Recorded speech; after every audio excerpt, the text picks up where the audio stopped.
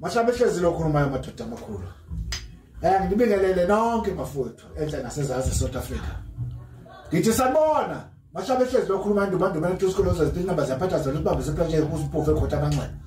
Nkomba ngomba mina noma khomba kekhanda. Thatha ijaza kaNuku.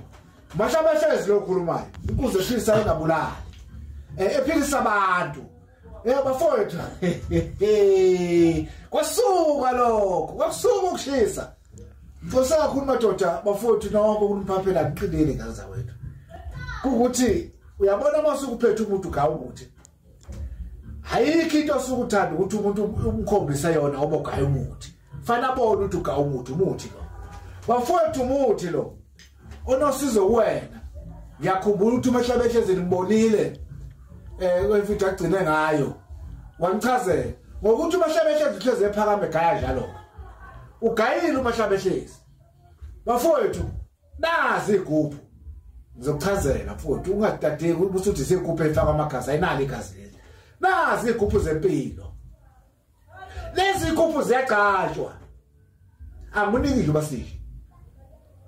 Ngisicaba kuwena empilweni. Njobona kunesizwe eve sithi zisizwa ke lezi. Izizwe hayi amabutho azikho ingakhayiza abantu. Mashabehlezi uphakamisa wena.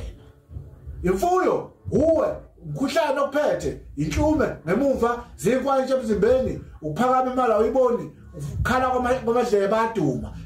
Umashabehlezi nakhona ekuthwasiseni khona kodwa ekuthwasiseni angikuthwasisi ngakubonanga ukuthi uphethwe izinto noma yini. Ngeke vele busukele nje usiqibana sizo bese ngiyakuthwasisa cha akwenze lokho mfundo akwenze start. Ngiyengwelaphi nje ngikubuke isikhathi eside bese kwela kuzokuthwasisa ngoba sakufunakala. Ndoda uyinyanga umfundisi woza kuMashabehlezi uyisangoma woza kuMashabehlezi uzophamisa izinto zakho angikhethele umuntu ngashaba usindisiwe ziyabuthi soda kunepisode angisho bafuthu makusho njalo sengisho ukuthi ngiyanilulaza angilulazi ayikho into engenampande yakhona yonke into enempande yakhona ngoba nje uhlezi nje lapho hlezi khona ibandla hlakazeka awunayo inkatha yebandla kanti inkatha yebandla kanti inkatha yesibaye kanti inkatha umsebenzi wakho kanti inkatha yesitolo unesitolo inkatha kawunayo kanti yonke ihlobo ebhizinisi yakho asikhande kuwe ngale ndoda uyibona phambi kwakho.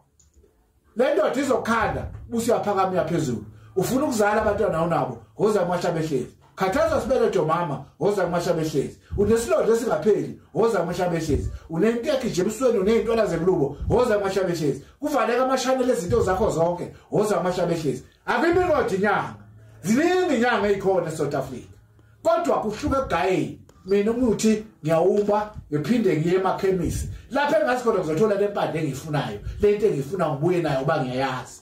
Ngake ngiye ngaya ekhaya ngoba ngifuna into engiyaziyo mfike ngithole ngiyaxolisa ukuthi kumbiza ngokhaya kodwa mawudayisa umuthi kuthiwa wini inkingi lapho kodwa ngiyaxolisa ke futhi bakhona mhlawumbe ezokhuluma ngezwakali kahle bese kuthiwa uMashabehlezi akahloniphi uyangizwa njengoba ngikhuluma nawo futhi yilaba ngosebenzisa umuthi bafowethu mangibiza ngosindisiwe nangokhokho angisho bafowethu ukuthi bese nithi mhlawumbe ngilaza amandleni ngiyawathanda khona kodwa amandla afana waqinisa waphusha bephezulu.